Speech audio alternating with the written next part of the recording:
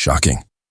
The royal guard just cancelled Queen Camilla's secret meeting with world leaders, right inside Windsor Palace, and replaced her with Prince William. What they discovered behind those locked doors shook the entire monarchy. Betrayal, hidden letters, and a prophecy the late Queen left behind. This was not just royal drama, it was a reckoning. Stay till the end, smash like, and subscribe for more royal truth revealed. The Commonwealth Hall of Windsor shimmered in its usual majesty. High ceilings carved with angels of oak, sunlight filtering through stained glass, and an air of ceremonial calm that disguised everything beneath it. Yet for Sergeant Rowan Ainsley, the Royal Guard assigned to the morning's diplomatic session, something in that calm felt wrong. He was not just a guard.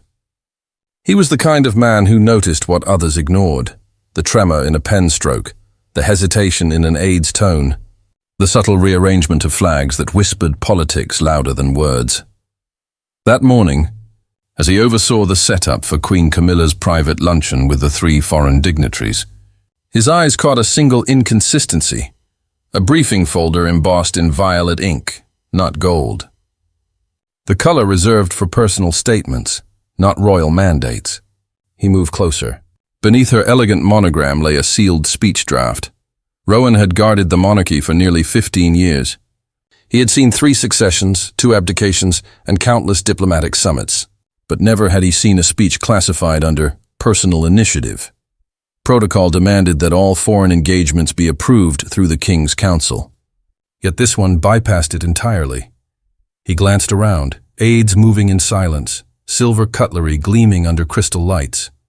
To them it was another day of formality. To him, it was a pattern of quiet rebellion. Camilla had arranged the luncheon herself. No press, no official broadcast, and no palace correspondence. The meeting was labeled informal diplomatic relations. But the presence of foreign dignitaries from Canada, Australia, and the UAE meant this was no ordinary lunch. When he lifted the first page of her notes, his chest tightened, buried midway down her remarks. Beneath a paragraph of ceremonial gratitude was a phrase that froze him. As the continuing voice of the monarchy's modern future, Rowan read it twice. The wording was not neutral. It was not the language of consort courtesy.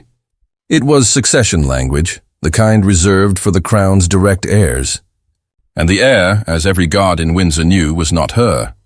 It was Prince William. His pulse quickened.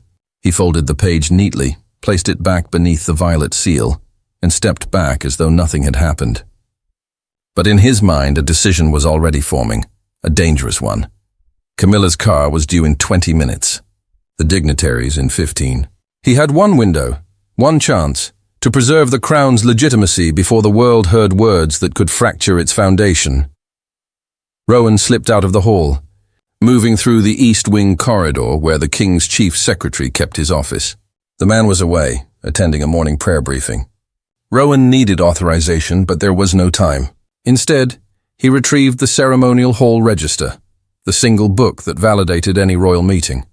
He opened it to the day's page. The signatures were already there. 3 ambassadors, the consort secretary, and the palace steward.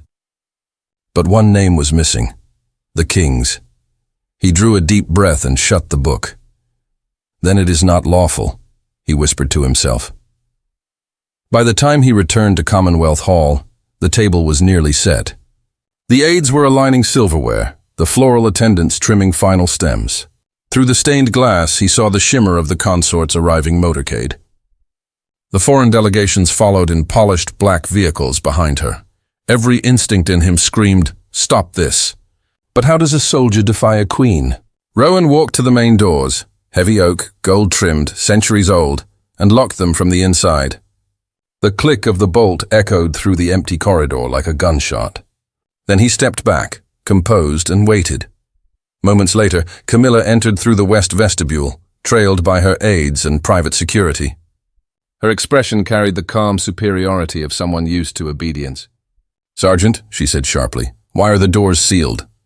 He bowed slightly. "The hall is not cleared for address, ma'am." "Not cleared?" she repeated, incredulous. "I scheduled this meeting myself." "Yes, ma'am," he said evenly. "But the meeting lacks royal sanction." Her tone sharpened. "Open the doors, Sergeant." That is an order! Rowan's grip tightened behind his back. With respect, ma'am, my oath is to the crown, not to its courtesies. Gasps filled the corridor. One of the aides whispered, "He's disobeying direct command." Camilla stepped closer, her voice low and trembling with fury. "You forget yourself, Sergeant. I am your queen." He met her gaze, calm and steady. "And yet, ma'am, the monarchy cannot have two." For a moment, no one moved. The clock above the arch ticked once, twice. Then, from the east corridor, another sound, the echo of approaching footsteps. Slow, certain, familiar. Prince William appeared in the doorway, dressed not in ceremony but in quiet authority, tailored navy, royal insignia at the collar, every head turned. Camilla's composure cracked for the briefest instant. Rowan bowed deeply. "Your Royal Highness," he said, "the hall awaits you." William's eyes flickered from the guard to Camilla. "I was told the meeting was scheduled privately," he said. Camilla's voice faltered. "It was for the sake of diplomacy." William's tone remained even. "Then diplomacy should begin with transparency." Rowan stepped aside, unlocking the door for him alone. Behind it, the dignitaries stood uncertain, their translators frozen mid-note. William entered calmly, nodding once to each guest. "Let us begin," he said. "On behalf of His Majesty, I thank you for your patience." And with that, the true meeting began, under the rightful seal of the crown. Camilla stood in silence as the doors closed behind him, her reflection flickering against the gold handles. Rowan returned to his post, his duty complete. He had not betrayed anyone. He had simply remembered his oath, because in Windsor, loyalty was not about who gave the orders. It was about who protected the truth. The silence that followed was unlike anything Windsor had known in years. Heavy, suffocating, and alive, in the vast corridor outside Commonwealth Hall, the Queen Consort stood motionless, her gloved hand resting against the door that had just been closed to her. Behind those doors, Prince William's calm voice now carried the crown's authority. Her luncheon had become his meeting. For Sergeant Rowan Ainsley, still stationed at his post, that silence was louder than any command. He had just defied the most powerful woman in Britain, not out of disloyalty, but to protect the very foundation she claimed to serve. Camilla turned slowly, eyes like frost over fire. "Sergeant," she said, her tone measured but dangerous, "who authorized this?" Rowan kept his posture straight. "Protocol, ma'am.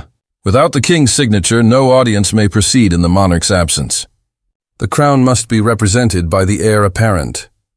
Her expression flickered, the faintest twitch of disbelief, then fury. "You presume to lecture me on royal law?" "No, ma'am," Rowan replied steadily. "Only to uphold it." Her aides shifted uneasily. One of them, a nervous man from the consort's staff, whispered, "Perhaps we should wait until His Majesty is informed." Camilla silenced him with a look sharp enough to cut stone. "Inform him," she repeated quietly. "Oh, we shall inform him. Every detail." She turned sharply and strode down the marble hall, her heels striking like metronomes of outrage. The aides followed, whispering frantic apologies. Rowan remained still. He did not move until the echo of her steps disappeared into the west wing. Then, slowly, he exhaled. Inside the chamber, Prince William had already begun the session. Through the carved doors, faint murmurs carried, polished diplomacy, laughter, the sound of paper shuffling. Rowan could hear the dignity of order restored, but he knew the storm outside those walls was only beginning. 2 hours later, Windsor's inner offices were alive with noise. Telephones rang without pause. Messages arrived from Buckingham. The consort's secretary filed an immediate complaint to the Lord Chamberlain. Within minutes, the incident had reached the king himself. Charles sat alone in his private study, reading the brief report placed before him. His brow furrowed. The account was simple. The Queen Consort had scheduled a meeting. The Royal Guard had blocked it. Prince William had assumed authority, but beneath those words pulsed a far deeper truth. For years he had trusted Camilla's sense of restraint. She had been loyal through storms, steadfast in public service. Yet lately, she had begun to cross invisible lines, scheduling events without consultation, adjusting her speeches, signing correspondence with her own cipher. And now this. He closed the file slowly. "Send for Sergeant Ainsley," he said. When Rowan entered the king's chamber, he removed his hat and bowed low. "Your Majesty." Charles regarded him with a long, unreadable gaze. "You are aware," he began, "that your actions this morning have already reached the Privy Council?" "Yes, sir." "You locked the Queen Consort out of a royal meeting?" "Yes, sir." "And you allowed the Prince of Wales to enter in her stead?" "Yes, sir." Charles leaned back slightly, his voice softening. "Why?" Rowan met his eyes without hesitation. "Because, Your Majesty, I read the briefing." The speech contained succession language, words implying the continuation of power, without your seal. The documents were unsigned, unfiled, and prepared for foreign dignitaries. Had those words been spoken, it would have been recorded as official recognition. That is not within her authority. For a long time, the king said nothing. The only sound was the quiet ticking of the clock beside him. Finally, he nodded. "And what compelled you to act on this?" "Without command." Rowan straightened. "Duty, sir. My oath is to the crown, not to comfort." A faint smile tugged at the corners of Charles's lips. A smile touched by sorrow, not amusement. "My mother would have liked you, Sergeant." Rowan bowed his head. "Thank you, sir." "But understand," the king continued, his tone grave now, "your decision has consequences. You embarrassed the Queen Consort publicly. She will not forgive it easily. There will be inquiries, perhaps even demands for dismissal. I cannot protect you from that." "I do not ask for protection, sir," Rowan said quietly. "Only permission to keep standing where I always have." Charles studied him for another long moment, then nodded once. "Then stand." By evening, the palace corridors were alive with whispers. Word of the confrontation spread faster than any official statement. Some guards called Rowan reckless. Others called him brave, but most simply waited, knowing that in Windsor, truth always carried a price. Camilla, meanwhile, had retreated to her private apartments. Her fury had cooled into something sharper, strategy. She had already summoned her press secretary, drafting her own version of the morning's events. Her statement, if released, would claim that a miscommunication in scheduling led to a misunderstanding, one that would be reviewed internally. But in her private notes, the language was clear. Remove Sergeant Rowan Ainsley. Replace with compliant personnel. Restrict guard access to sovereign briefings. Yet across the castle, the world had already shifted. The dignitaries who had attended the meeting departed with new respect for Prince William, the future of the crown. As the last motorcade exited the courtyard, Rowan watched from his post by the archway. William approached him quietly. "Sergeant," the prince said, extending a hand. "You served not just me, but the monarchy itself."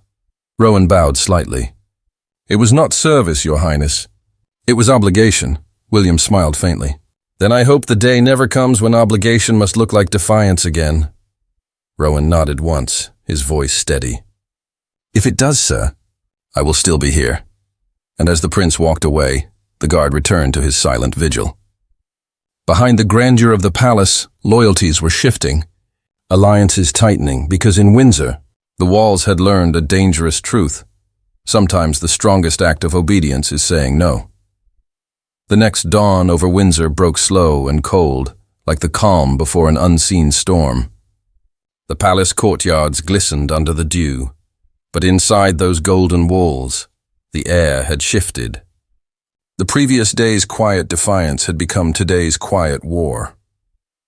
Sergeant Rowan Ainsley began his morning at the Royal Armoury post, the same place he had stood for the last 11 years. His uniform was immaculate, boots polished, buttons aligned with precision. Yet every man who passed him now gave a different look, some with admiration, others with silent warning. He had become a symbol overnight, and in Windsor, symbols were dangerous.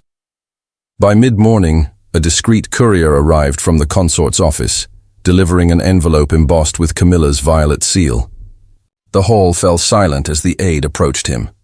"For you, Sergeant," the aide said softly. Rowan took the letter without a word. He knew what it contained before he even opened it. By command of the Queen Consort's office, You are to report for disciplinary review before the Royal Conduct Committee at 1400 hours. Attendance mandatory. The ink shimmered faintly in the morning light, formal, cold, inevitable. He folded the letter, placed it inside his breast pocket, and resumed his post. His pulse didn't quicken. He had known this day would come from the moment he locked those doors. But what he didn't know, what no one in the palace yet knew, was that something far greater was already in motion.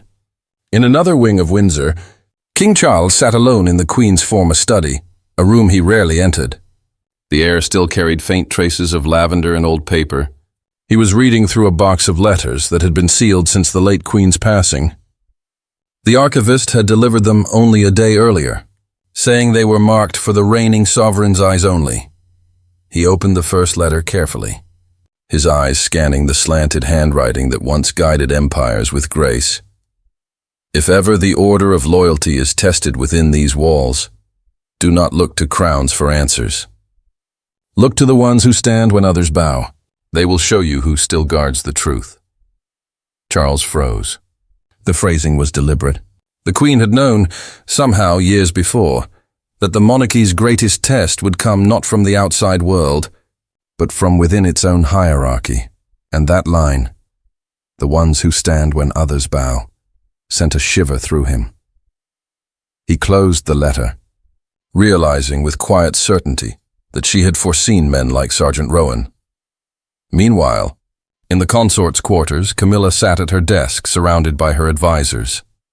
Her expression was composed, but her eyes burned with controlled rage. "Has the press been briefed?"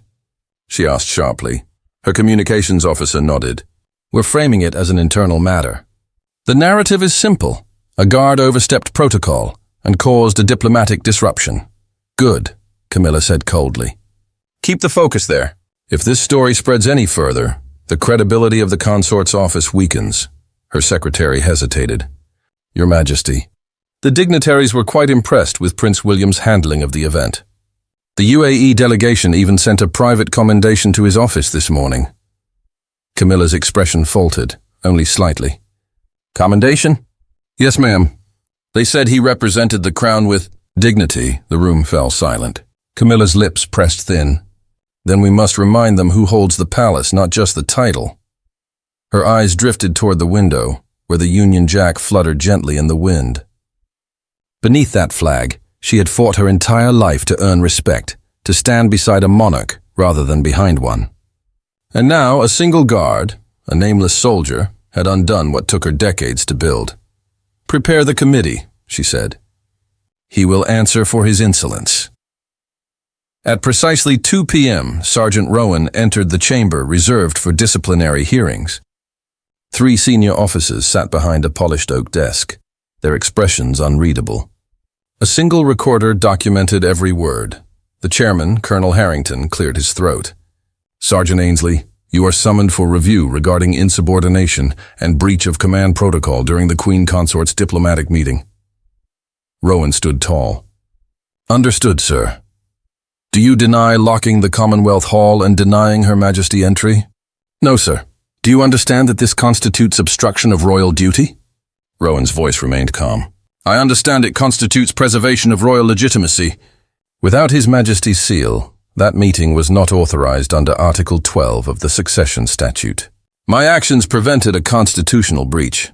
The colonel exchanged glances with the other members. "That is a matter for the Crown, not the Guard to determine."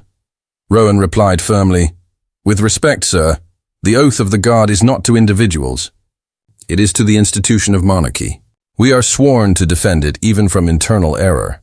A faint murmur rippled through the room. Before the colonel could respond, the doors opened. Every head turned. King Charles entered, unannounced. The officers rose immediately. "Your Majesty," he raised a hand. "Sit." He walked slowly to the front of the room, his gaze fixed on Rowan. "This man," he began, "has done what few dare to do. He upheld the spirit of monarchy, not just the letter of obedience." The officers remained silent. Charles turned to the panel. "Dismiss these charges, effective immediately." "But, Your Majesty," the colonel started. The king's tone cut through the air like steel wrapped in silk. You will not discipline loyalty, Rowan bowed deeply. Your Majesty, Charles interrupted softly, my mother once wrote that the measure of a kingdom lies not in who kneels first, but in who stands when silence is convenient. You have stood, Sergeant. Remember that it will cost you. I already knew that, sir, Rowan said quietly. Camilla was informed within the hour. Her reaction was swift and far colder than anyone expected. She said nothing publicly, but those close to her noticed the shift immediately. Invitations stopped. Her staff changed schedules. Every interaction between her and the guard now passed through silence. But outside the palace, the opposite was true. News of the king's intervention leaked. Social media erupted with praise for the Windsor Guard. Citizens began writing letters of gratitude. Editorials called it a turning point for royal integrity. Inside the gilded walls, however, a new tension had taken root, one that could not be solved by ceremony or silence, because now, everyone knew, if one guard could stand against power and prevail, others might too.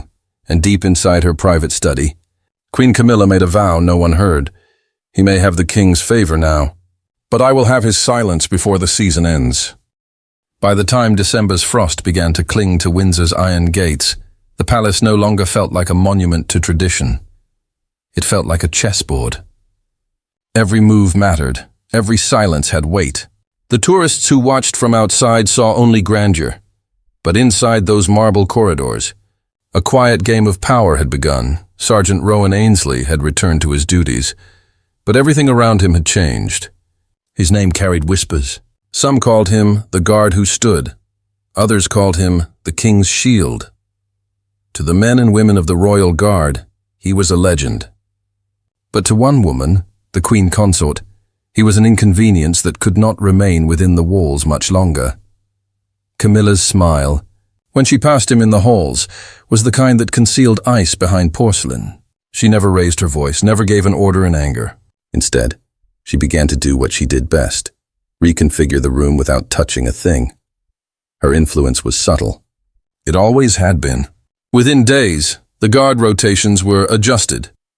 Rowan was reassigned from ceremonial post to logistics, a polite word for exile. His quarters were moved from the East Barracks to the Northern Annex, a cold, isolated wing reserved for temporary staff. And when he asked about it, the official explanation was simple: internal restructuring. He did not argue. He knew it was not punishment. It was containment. Still, he carried on with quiet resolve.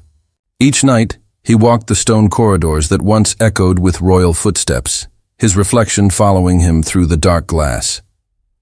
The castle slept, but its walls whispered. One evening, as he passed through the archival gallery, a soft voice called behind him. Sergeant Ainsley. He turned to find Lady Margaret Vale, the late Queen's personal archivist, standing by the oak cabinet she had guarded for decades. Her face, framed by silver hair and kindness, carried an intensity that caught him off guard. "I was told you might come here," she said, her voice low. "You should see something." She produced a small, sealed envelope, brittle, pale, and marked with the late Queen's insignia. Rowan frowned. "That belongs in the Royal Archive." "It was," Lady Margaret replied. "Until last week, when Her Majesty's successor ordered an audit of private correspondences." "Her Majesty, meaning the consort?" Rowan asked. She nodded gravely. "This was found misplaced in the vault. But the seal bears your name, Sergeant." He froze. "Mine?" Lady Margaret extended it toward him. "Read it when you're alone, and be careful who sees you do it." Before he could speak, she was gone, fading into the corridor like a ghost of service past.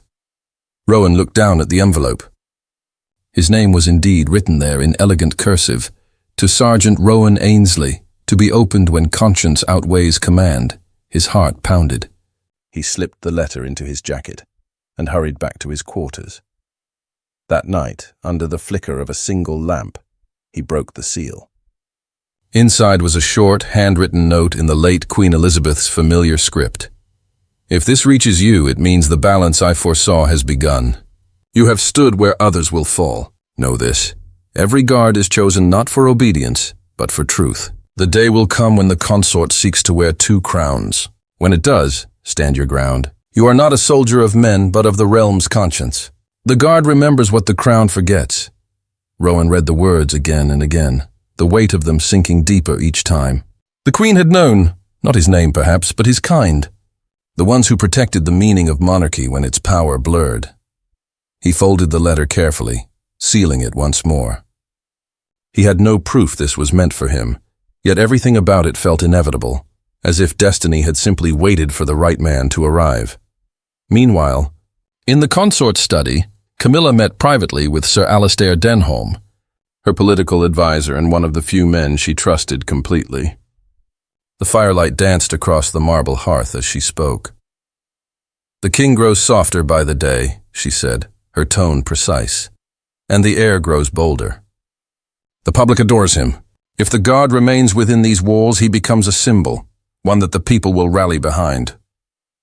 Denholm nodded. "Then remove him." "I cannot dismiss him outright," she replied. "The king would see through it." "Then send him where dismissal hides itself," Denholm said, eyes sharp. "A post far from London. Sandringham, perhaps. Quiet, respectable." "Forgotten," Camilla smiled faintly. "A perfect burial." By morning, the papers were signed. Sergeant Rowan Ainsley received official transfer orders. Effective immediately. Reassignment to Sandringham Estate for security oversight of the Royal Preservation Program. He packed without complaint, his face unreadable.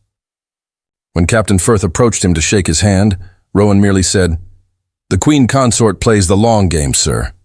I'll play the longer one." And with that, he left Windsor behind, the towers, the whispers, the danger, unaware that his departure had only tightened the noose of a prophecy he was now living.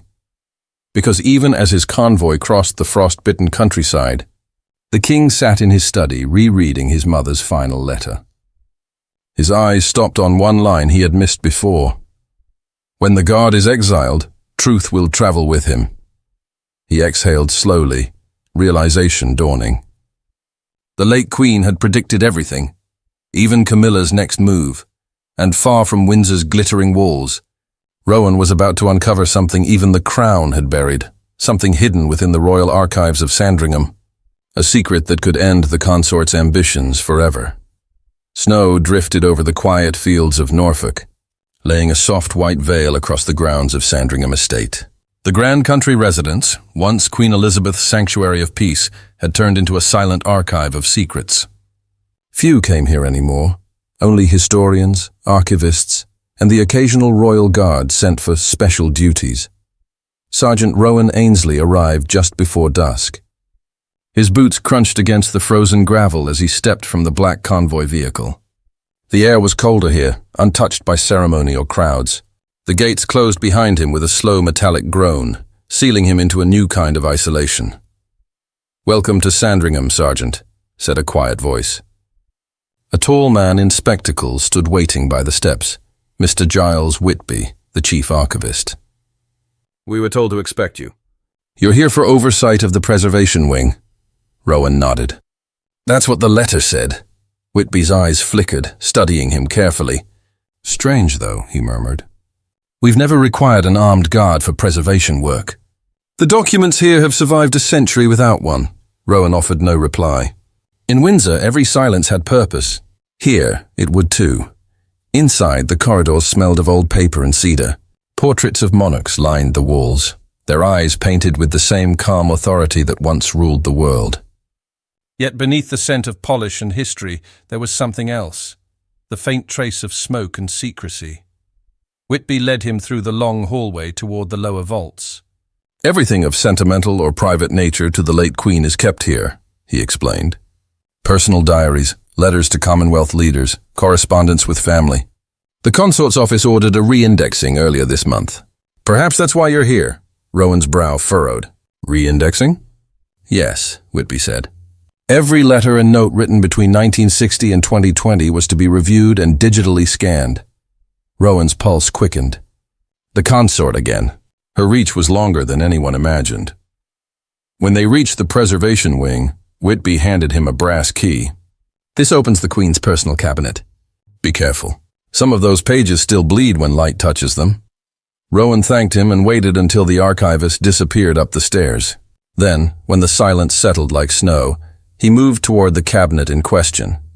It was small, plain oak, unremarkable to the untrained eye. But its lock was royal, engraved with the late Queen's cipher and secured with an intricate mechanical code. He turned the key, and with a soft click the door opened. Inside were 3 boxes. 2 were clearly labeled, State Correspondence and Commonwealth Reports. The third had no label at all, only a faded violet ribbon tied around its edge. He untied it carefully. Inside lay a stack of sealed envelopes, their wax cracked with age. Each bore a different crest: Canada, Australia, and the United Arab Emirates. The same 3 nations from Camilla's aborted meeting at Windsor. Rowan's stomach tightened. He lifted one of the letters, breaking the fragile wax seal. Your Majesty, we have received confirmation through your representative that succession arrangements will be honored under your continued counsel. Regardless of transition in the reigning line, we remain in full support of your position as intermediary authority. He froze. The date at the top read 6 months prior. The signature at the bottom, Her Majesty, Queen Camilla. Rowan felt the room tilt slightly. These letters were not drafts. They were sent, received, and acknowledged. The succession arrangements referred to the very language he had stopped from being spoken aloud weeks ago. It was not an accident. It was premeditated. Camilla had already begun laying a foundation for influence beyond the king.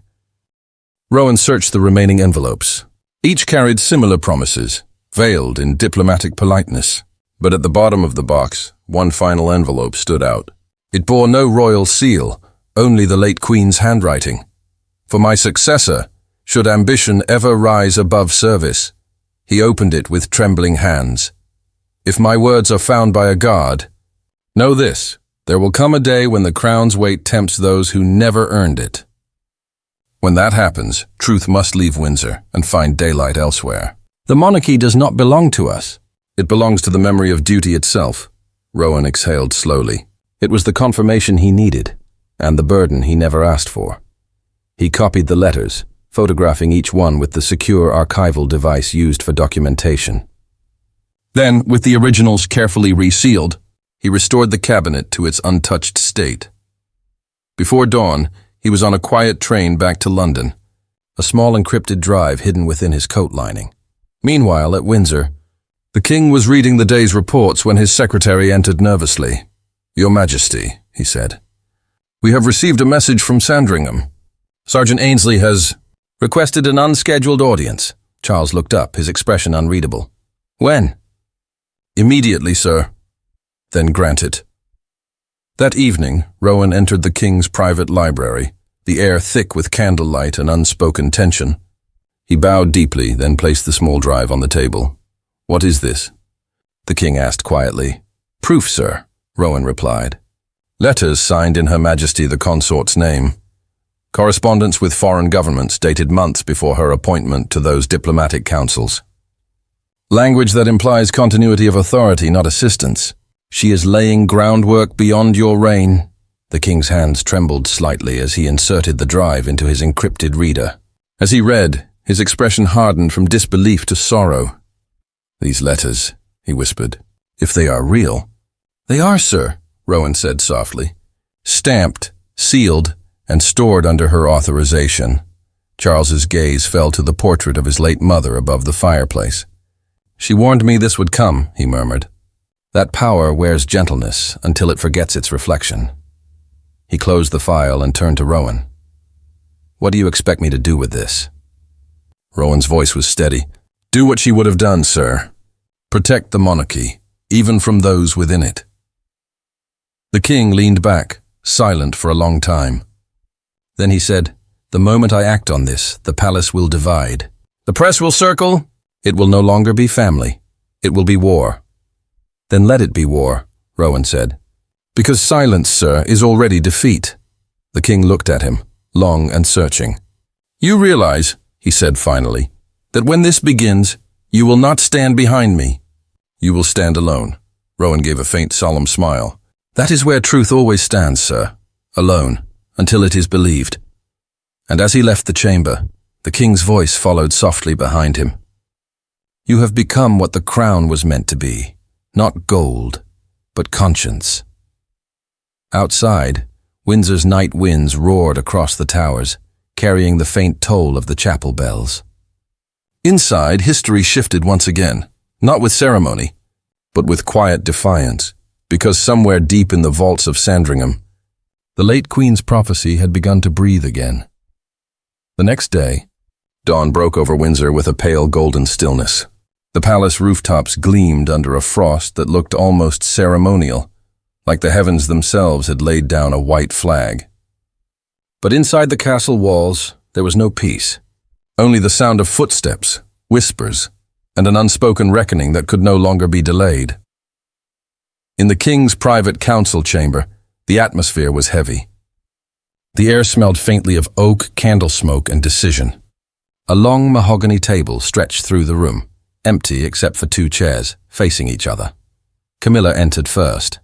She wore royal blue, the color of command, her posture immaculate, her expression unreadable. Behind her, silence followed like an obedient servant. King Charles entered next, carrying nothing but a single folder, the one Sergeant Rowan had delivered the night before. His face was composed, but there was a tension in his eyes that years of diplomacy could no longer hide. The door closed. No aides, no guards, only husband and wife, monarch and consort. "Charles," Camilla began softly, her voice smooth as silk. "I assume this is about your guard's wild accusations." The king placed the folder gently on the table and opened it. The sound of paper against wood echoed like thunder. "Wild accusations?" he said quietly. "You mean these?" He slid the printed letters across to her, the very ones from Sandringham. The moment her eyes fell on the seals, her fingers twitched. "I have no idea what those are," she said, her tone measured. "Then perhaps your handwriting developed a twin," he replied. "Because the signatures are yours," she exhaled slowly, masking her surprise. "This is beneath you, Charles. Some overzealous guard rummages through the archives, and suddenly I am accused of treason." The king's eyes locked onto hers, firm, clear, and without mercy. "This is not about a guard, Camilla. This is about intent. You wrote to foreign leaders in my name. You spoke of succession continuity, as if the crown were yours to extend. You reached beyond your place." Her composure cracked for the briefest moment. "My place?" she repeated. "My place is beside you. The world respects stability, and you— Stability." His voice rose just enough to silence her. "You attempted to build power beyond my reign. You turned diplomacy into possession." Camilla's jaw tightened. "If I did, it was because you have grown too weak to command loyalty." The words landed like shards of glass. Charles stood still, breathing deeply, the weight of decades pressing on his shoulders. "Perhaps," he said softly, "but strength does not come from ambition. It comes from restraint, something my mother understood to her last breath." He reached into the folder again and withdrew a smaller envelope, one Camilla had never seen. It bore the late Queen Elizabeth's handwriting. "She foresaw this," he said quietly. "She warned me that love might one day ask for what loyalty should refuse." Camilla's eyes darkened. "You're quoting ghosts now?" "No," he replied. "I am listening to them." He set the letter down before her. "If ever a hand close to the throne reaches for the scepter instead of holding it steady, know that the guard will see what the crown refuses to. And when he acts, do not silence him, for he will be the last line between power and chaos." The silence that followed was unbearable. Camilla stood slowly. "So this is it," she said coldly. "You intend to humiliate me, strip my dignity before the world." Charles looked at her with quiet sadness. "No, you did that yourself." She stared at him for a long moment, then turned toward the door. "You will regret this, Charles. The monarchy cannot survive with sentiment. It needs will." As she left, her footsteps echoed like distant thunder fading down the hall. That evening, a palace statement was released. Her Majesty the Queen Consort will step back temporarily from public duties due to health and personal reflection. No mention of conflict. No mention of letters. The Crown never confessed. It merely corrected. Inside his office, the king sat by the window, the firelight soft against his weary face. Sergeant Rowan Ainsley stood before him in quiet composure. "It is done," the king said softly. Rowan bowed his head. Then the realm endures, sir. Charles looked at him, not as a monarch to a servant, but as a man to another who had carried the same burden. You realize the cost of this, Sergeant? You will never have peace again. They will call you names, question your loyalty. Rowan's voice was calm. Loyalty is not proven by peace, sir. It is proven by what one endures to protect it. The king smiled faintly. You sound like her. Her Majesty? He nodded. My mother. She used to say the same. The king stood and extended his hand. From this day, Sergeant Ainsley, you are appointed keeper of the sovereign seal, a role reserved for those who guard truth above privilege. Rowan bowed deeply. It will be my honor, sir. Charles studied him for a moment, then said quietly, My mother was right. The crown may shine because of kings and queens, but it endures because of gods like you. Outside, Windsor's bells began to toll for the evening service. Snow fell gently across the courtyard, glimmering in the torchlight. And beneath that falling white, Sergeant Rowan Ainsley stood once more at his post, silent, steadfast, and unbroken. The world would never know the full story. The newspapers would write of minor royal restructuring, of reforms, and renewed unity. But those who served within the palace walls would remember the truth. One god had preserved a legacy older than any crown. And as the final bell rang through the night, the late Queen's prophecy, once whispered on parchment, became living memory. The god remembers what the crown forgets. If you believe loyalty still matters, if truth deserves to be heard, smash that like button, drop a comment on what honor means to you, and subscribe for more royal stories where courage stands taller than the throne.